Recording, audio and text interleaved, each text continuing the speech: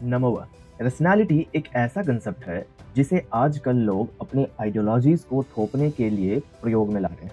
यदि आपके पास दो ऑप्शंस हैं, एक पिज्जा और एक गाजर, और दोनों 100 ग्राम्स हैं, प्रॉब्लम यह है कि आपने अपने पूरे लाइफ टाइम में कभी गाजर नहीं खाई, तो आपको उसके स्वाद के बारे में पता भी नहीं है। आपको यह बिल्कुल भी नहीं पता कि उसे खाने से अच्छा लगेगा या खराब लगेगा। तो यदि आपको ये 200 ग्राम में से अगर 100 ग्राम खाने के लिए कहा जाए, तो आप क्या खाओगे?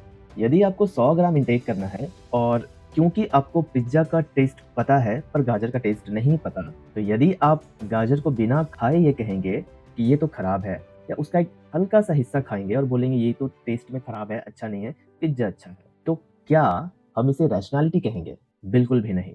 रैशनैलिटी का ये कांसेप्ट नहीं है। रैशनैलिटी का मतलब आपको दोनों को, जिसे भी आप कंपेयर कर रहे हो, आपको इक्वल अपॉर्चुनिटी देना है। तो यदि आप इन दोनों का आधा-आधा हिस्सा खाओगे, तब जाकर के एक सही से अच्छा रैशनल व्यू पॉइंट बनेगा।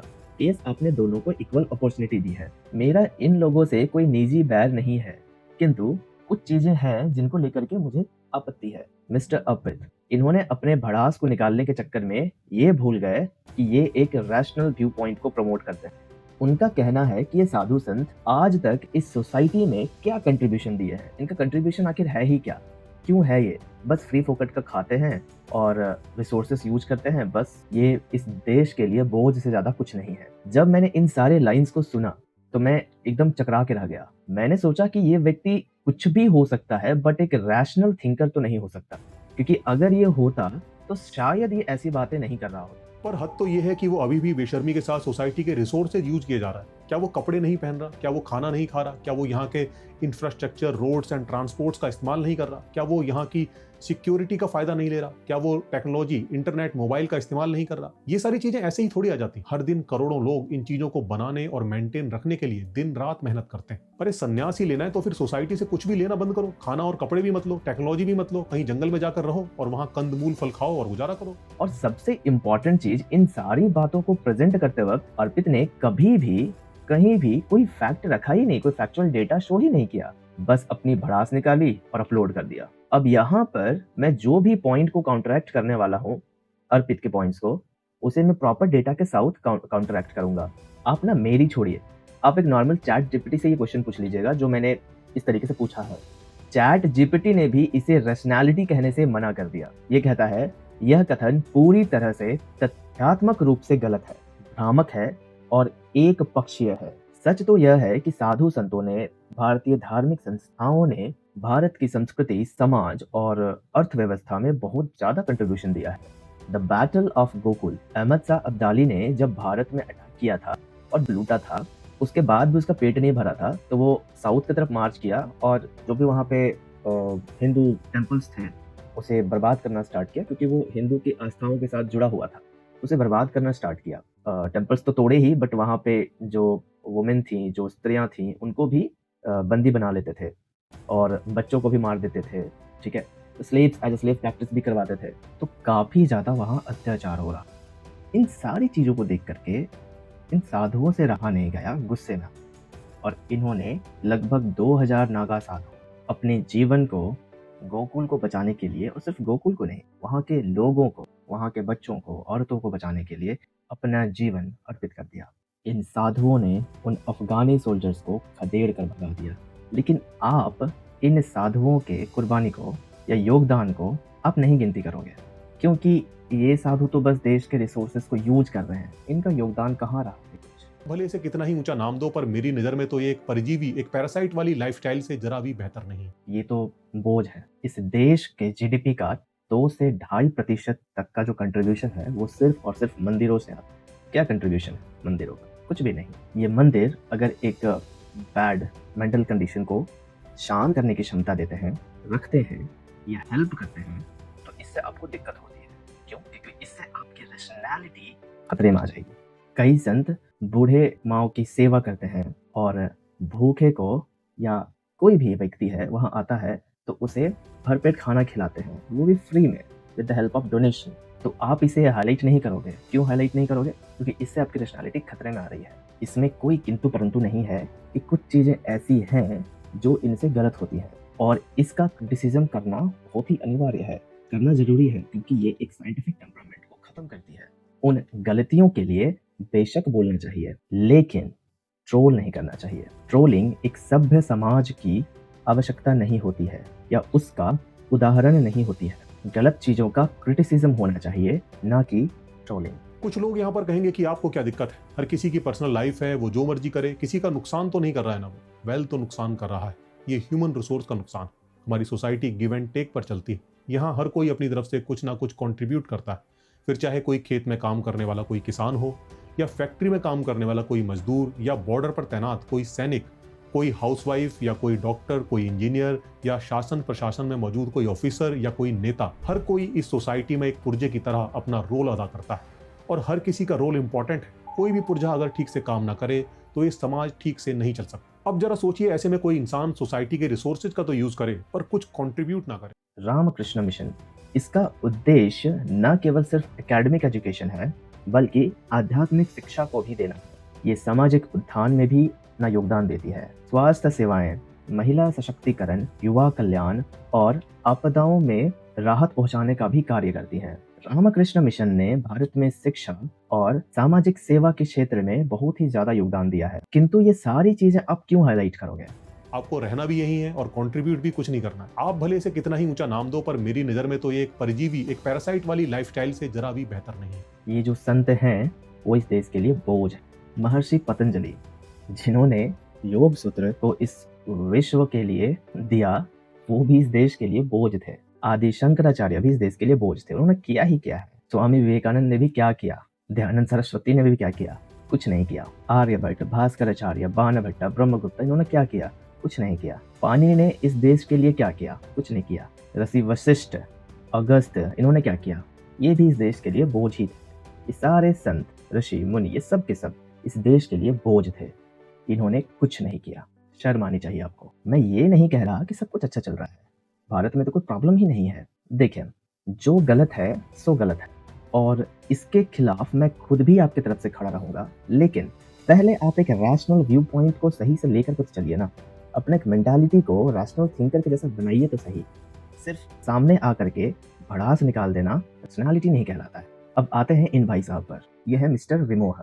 मेरी माँ या मेरे पिता ने कभी मुझे ये नहीं कहा, ये समझाया नहीं कि हमें स्त्रियों को देवी इसलिए कहना चाहिए क्योंकि हम मेन स्त्रियों से इच्छा रखते हैं देवी के समान, तो इससे हमें फ़ायदा होने वाला है। मेरे माता पिता ने हमेशा मुझे ये बताया कि जो स्त्री होती है वो देवी समान होती है, देवी होती है। हमें उनका आदर करना चाहिए, सम्मान करना चाहिए, इसलिए नहीं कि हमें उनसे कुछ उम्मीद है। ये एक बेसिक वुमेन एम्पावरमेंट है। अब यदि ऐसा आपके माता पिता ने आपको बताया है तो I am really sorry for you mister Vimoh, क्योंकि आप सच में कुछ गलत अनुभव कर बैठे हैं जो एटलीस्ट सनातन तो नहीं है। और यदि ये आपके खुद के दिमाग की उपज है तो मुझे लगता है कि आप कुछ गलत संगति में कुछ नर्ड्स के साथ रह रहे हैं। अतिथि को भी हम देव मानते हैं, इसलिए नहीं क्योंकि हम उनसे कुछ अपेक्षा रखते हैं, बल्कि जब वो आते हैं तो उनका आदर सम्मान करते हैं कि वो जब आए हैं तो हमारे यहाँ से भूखे पेट ना जाए, खाली ना जाए। उनका एक आदर है, सम्मान है, इसलिए करते हैं। कुछ लेने की उम्मीद में नहीं करते हैं। एक बेसिक रिलेशन बिल्ड करता है, इसे हम शिष्टाचार कहते हैं। आई होप आप इस बात को समझ पाए होंगे। पिता से ऊंचा स्थान माता का है, इसलिए नहीं कि माता से हमें कुछ उम्मीद है, अपनी माँ से कुछ उम्मीद है अपने फायदे के लिए कि मुझे कुछ फायदा होने वाला है, बल्कि इसलिए क्योंकि ये एक वुमेन एम्पावरमेंट का हमारे कल्चर में हिस्सा है। ये सारी बातें आप रैशनल्स को पता नहीं, समझ में नहीं आएंगी। ये बिल्कुल सत्य है कि ऐसी बहुत सारी चीजें हैं, ऐसी बहुत सारी कुरीतियां हैं हमारे समाज में जो अभी एग्जिस्ट कर रही हैं, लेकिन ये पहले नहीं थी। तो आज अगर ये आई है, एग्जिस्ट कर रही है, तो किस वजह से कर रही है? कुछ ना कुछ इसका रीजन है, और वो रीजन क्या है? वीडियो काफी लंबा हो जाएगा, मैं इतना एक्सप्लेन नहीं कर पाऊंगा, लेकिन ये रीजन जो भी रहा है वो हिंदू फिलॉसफी या बोलिए तो सनातन फिलॉसफी की कोर का बिल्कुल भी नहीं है।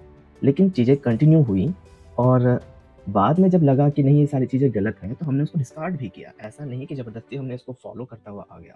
चीजें बहुत ज्यादा बढ़ जाती हैं तो उनको एंड करना इंपॉर्टेंट होता है। अब सती प्रथा क्यों आई होगी? ऐसा नहीं है कि ये हमारे कोर फिलॉसफी का ये एक बात था कि ऐसा ही करना चाहिए, नहीं, वो एडअप हुई थी। तो एडअप बहुत सारे रीजन से हो सकता है, लेकिन उन सारी चीज़ों को हमें देखना होगा कि कौन सारी चीज़ें हमें निकालनी है, कौन सारी चीज़ों को आगे लेकर के चलना है। ना ही कभी किसी कुप्रथा के खिलाफ आवाज उठाई। सती प्रथा और हरिबोल जैसी क्रूर प्रथाओं को रोकने के लिए भी अंग्रेजों को कानून बनाना पड़ता है। अर्पित जी, आप एक बार अपने रिसर्च को क्रॉस वेरीफाई क्यों नहीं करते हो? क्यों इतना ज़्यादा आँख बंद करके अपने रिसर्चर्स पर बेस्ड होते हो और भरोसा कर लेते हो? सती प्रथा को बैन करने वाले ब्रिटिशर्स थे, यस आई एग्री, लेकिन वो पहले नहीं थे जिन्होंने ये स्टेप लिया था। जो पहला स्टेप लिया गया था वो भी एक इंडियन रिफॉर्मर के थ्रू ही लिया गया था।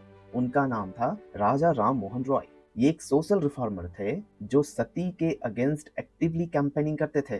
क्यों? क्योंकि उनकी खुद की सिस्टर इन लॉ को फोर्स किया गया था सती कमिट करने के लिए। उन्होंने इस चीज को आर्ग्यू किया किस बेसिस पर?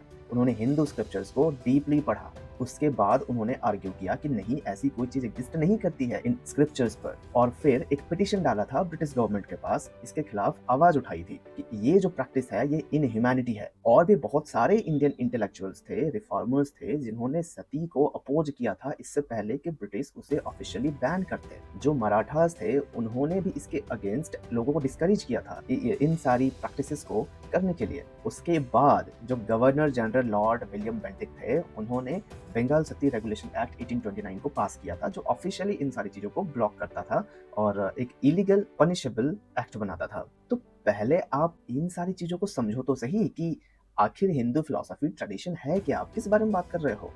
इस तरीके से ट्रोल करना और कोर फिलॉसफी को मोल्ड करना सही नहीं है। मुझे तो ये बात समझ नहीं आती कि आप रैशनल्स की तर्क शक्ति को हुआ क्या है। मतलब इससे ज़्यादा तर्कशील तो चैट जीपीटी है, जिसे ये समझ आ रहा है कि हिंदू फिलॉसफी का जो कोर है वो इस तरीके का नहीं है। चैट जीपीटी भी कह रहा है कि हिंदुइज्म में जो फिलॉसफी है, जो ट्रेडिशन है, उसमें कहीं भी वुमेन को सप्रेस करने की बात नहीं कही गई है, और इसके अनगिनत प्रमाण हैं। ये बस एक सामाजिक इंटरप्रिटेशन है जो आज के वक्त में वास्तविकता बनती जा रही है। मतलब आपने जो कहा वो, लेकिन इसका मतलब ये नहीं कि हमारी कोर फिलॉसफी भी वही है। तो इस तरीके से प्रतीत मत कीजिए या ये सिद्ध करने का प्रयास मत कीजिए कि यही कोर फिलॉसफी है, इसके वजह से सब हुआ है। ये गलत है। आप धर्म का क्या मतलब समझते हैं मुझे नहीं पता, पर ऐसे बहुत सारे लोग हैं जिन्हें धर्म का सही अर्थ पता है और वो इन सारी कुरीतियों के अगेंस्ट काम भी करते हैं। ये एआई भी कह रहा है, चैट जीपीटी भी कह रहा है कि हिंदू फिलॉसफी और ट्रेडिशन वुमेन को एम्पावर करती हैं। उनका सही इंटरप्रिटेशन के साथ इम्प्लीमेंट करना अनिवार्य है, जरूरी है। उसे भी पता है कि ये सारी चीज़ें जो कोर में जो फिलॉसफी है वो गलत नहीं है, वो सही है। उसे हमें सही तरीके से समझ के इम्प्लीमेंट करना। आप बिना पढ़े, बिना समझे आप एक पक्ष को लेकर के आगे बढ़ रहे हो, दूसरे पक्ष को आप पढ़ना भी नहीं चाह रहे, समझना भी नहीं चाह रहे ठीक से, और कुछ भी बोले जा रहे हो।